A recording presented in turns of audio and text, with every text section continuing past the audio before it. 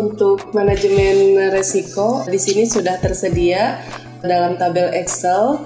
Sebelum mengisi pada register resiko, kita harus mengetahui dulu risk grading dan kriteria risknya. Nah, di sini untuk risk grading sendiri dibagi menjadi dua, yaitu yang pertama untuk grading matrik resiko yang risiko klinis dan grading matrik risiko untuk risiko non-klinis. Ini sudah terdapat sekat untuk memisahkan yang termasuk ke dalam klinis dan non-klinis. Untuk di risiko klinis sendiri, probability ini ada skor 1 sampai dengan 5, di mana untuk level 1 itu frekuensinya itu sangat jarang, 2 itu jarang, 3 itu mungkin, 4 itu sering, dan 5 sangat sering.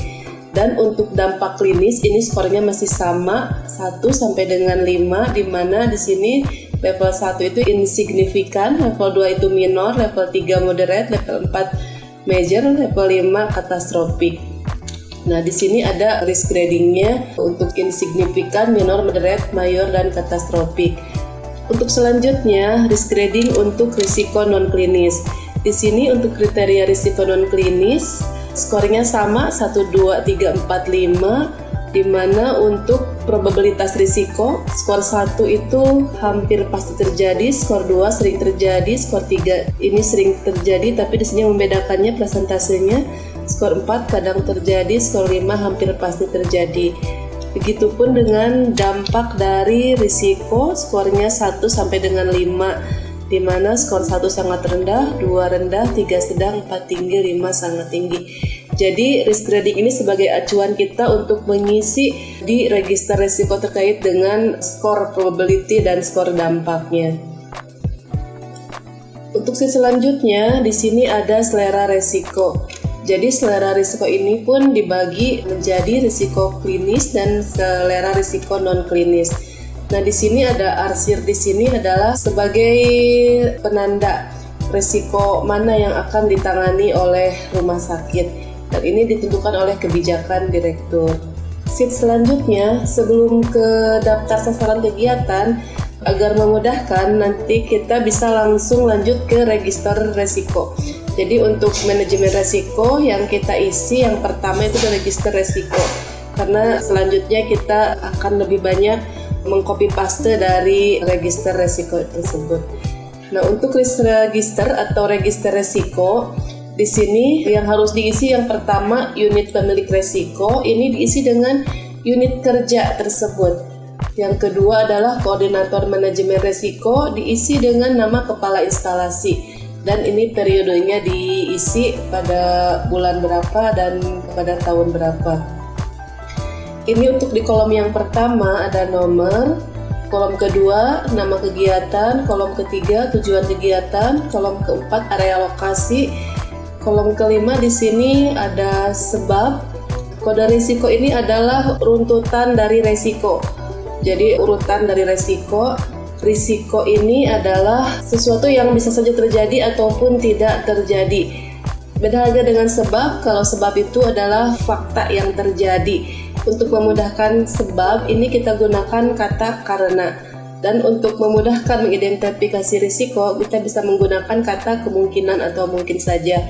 Dampak adalah potensi bahaya yang terjadi dari adanya resiko. Di sini untuk memudahkan kita bisa mengidentifikasi dampak dengan menggunakan sehingga. Dan pernyataan risiko ini harus mengandung unsur sebab, resiko, dan dampak. Ini akan terisi otomatis apabila sebab, resiko, dan dampak terisi, maka di sini pernyataan risiko akan terisi otomatis.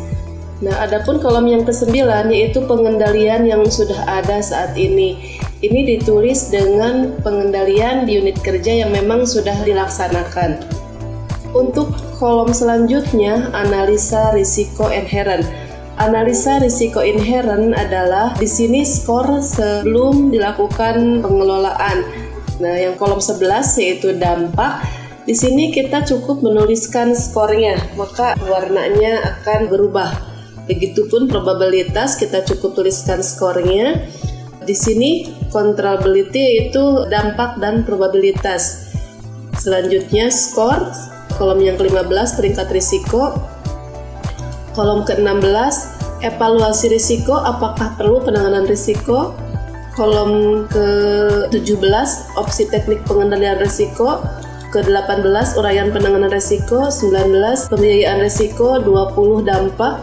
Kolom ke-21, probabilitas. Kolom ke-22, skor. Kolom ke-23, peringkat risiko. Kolom ke-24, pemilik risiko atau penanggung jawab risiko. Dan kolom ke-25, target waktu.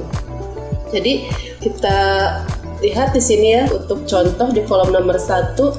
Di sini nama kegiatan atau proses bisnis. Jadi tuliskan dengan kegiatan utama di unit kerja. Sebagai contoh, pemberian obat pada pasien rawat inap ini merupakan nama kegiatan, misalkan dari unit pemilik risiko bagian rawat inap.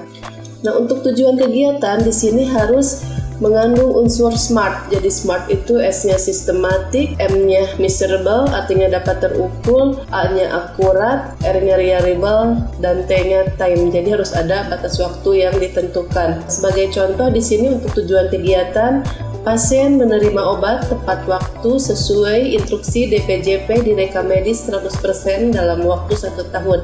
Jadi di sini ada capaian target 100% dan ada waktu yang ditentukan yaitu 1 tahun.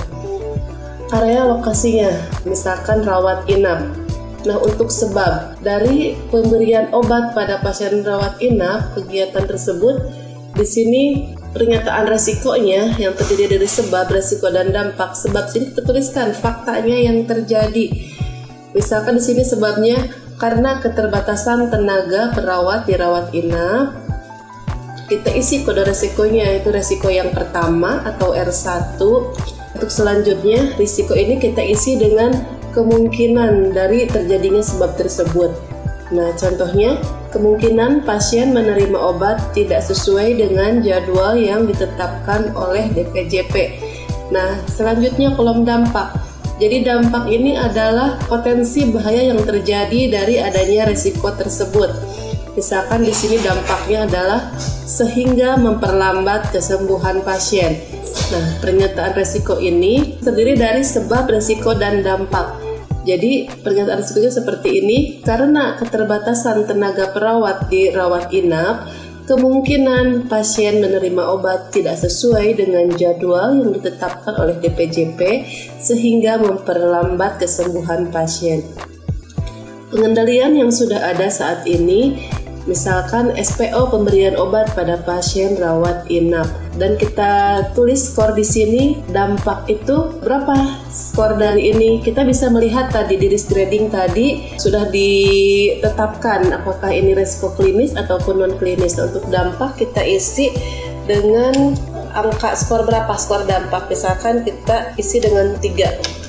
Nah, maka ini akan berubah warnanya otomatis. Begitupun probability. Ini kalau kita isi dengan angka, lalu kita klik enter, maka akan berubah warna.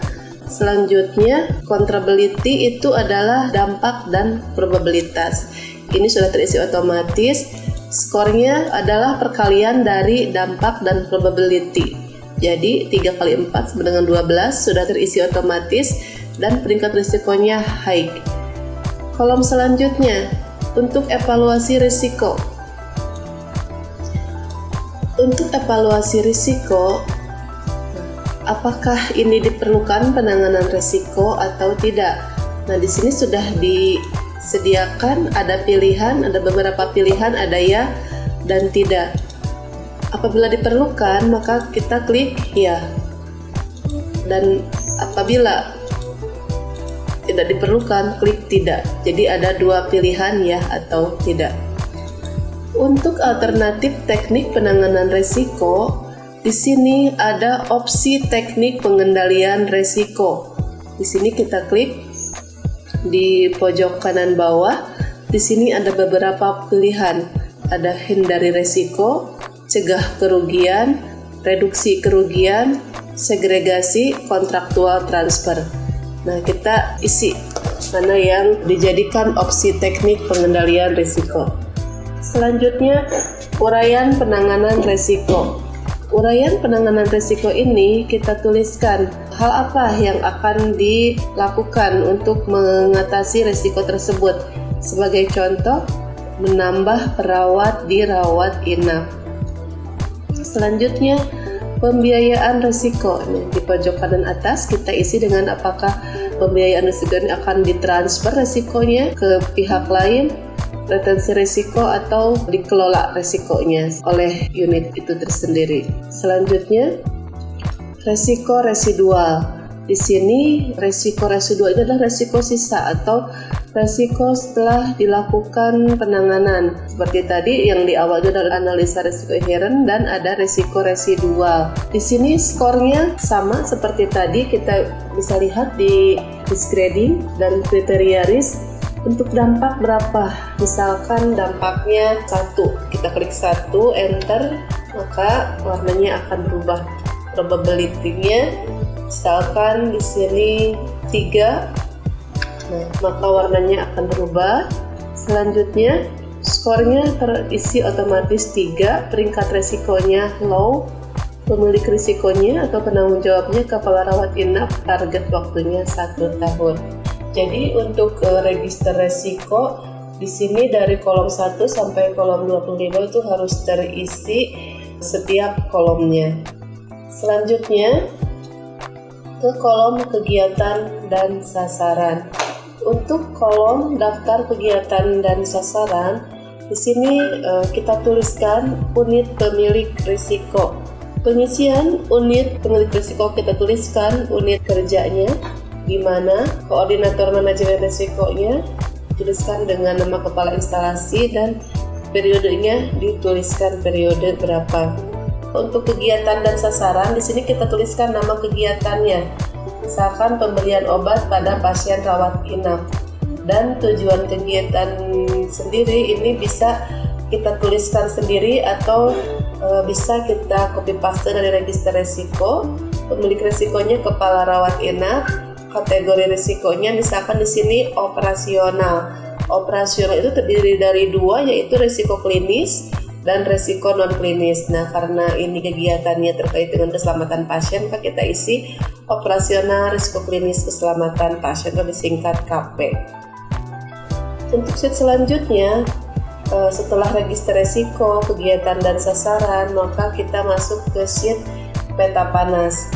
Ini pun sama, peta panas terdiri dari 2, ada peta panas risiko klinis dan peta panas non klinis. Jadi peta panas ini tidak usah diapa-apakan selama kita menginput register risiko dengan lengkap, maka ini akan otomatis terrecord di peta panas. Jadi ini untuk mengetahui sebaran risiko ada di manakah sebaran risiko di unit kita, apakah di minor, moderate, major ataupun di katastrofik.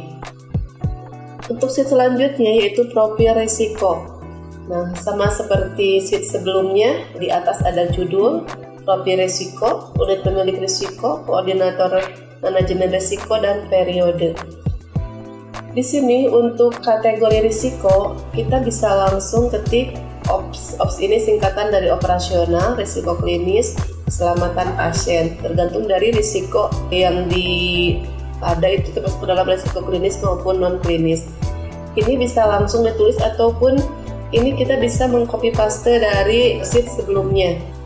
Untuk pernyataan risiko, nah ini kita bisa copy paste dari risk register risiko. Kita klik sama dengan, lalu kita klik ke sheet sebelumnya, pernyataan risiko. Di kolom 9 kita klik enter. Maka di pernyataan risiko sudah terisi, untuk memudahkan agar lebih mudah untuk mengcopy paste. Selanjutnya di kolom 4 ada akar masalah atau penyebab utama risiko. Akar masalah di sini adalah penyebab yang paling utama dari adanya risiko tersebut. Jadi memang masalah ini tidak dapat diuraikan lagi. Jadi masalah utama yang muncul dari adanya risiko tersebut. Nah, ini dituliskan, misalkan belum ada perencanaan dan perhitungan tenaga keperawatan. Di sini dampaknya berapa? Kita tulis skornya. Probability-nya juga kita tulis dengan skor 1 dengan 5. Controllability-nya kita bisa melihat di bawah kolom. Di sini ada guidance untuk skor controllability. Di sini untuk skor 1 itu easy, mudah untuk dikontrol. Skor 2 itu moderate easy, agak mudah dikontrol. Skor 3 itu moderate easy, agak sulit dikontrol. Skor 4 itu difficult, sulit dikontrol. Nah, nanti kita masukkan ke dalam kolom nomor 7. Lalu ini skornya akan terisi otomatis, dan ranking ini diisi berdasarkan scoring dari risiko yang ada. Untuk selanjutnya ke rencana penanganan. Jadi di sini judul tabelnya rencana penanganan risiko, unit-unit risiko, koordinator manajemen risiko, dan periode. Untuk rencana penanganan ini ada 14 kolom. Yang pertama kita isi nomor. Untuk kegiatan kita bisa menulis langsung atau bisa meng-copy paste dari sheet sebelumnya. Kita klik sama dengan, lalu kita masuk ke register risiko. Di sini enter, maka ini sudah otomatis terisi. Begitupun sasaran di kolom 3.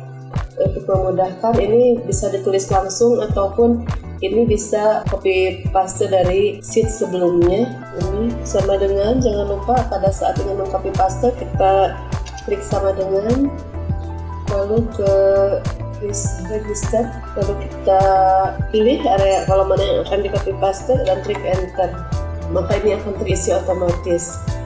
Untuk resiko ini bisa kita tulis langsung ataupun mengcopy dari sheet sebelumnya. Kita klik sama dengan register, kita lihat di sini ada kolom resiko, klik enter, ini sudah otomatis terisi.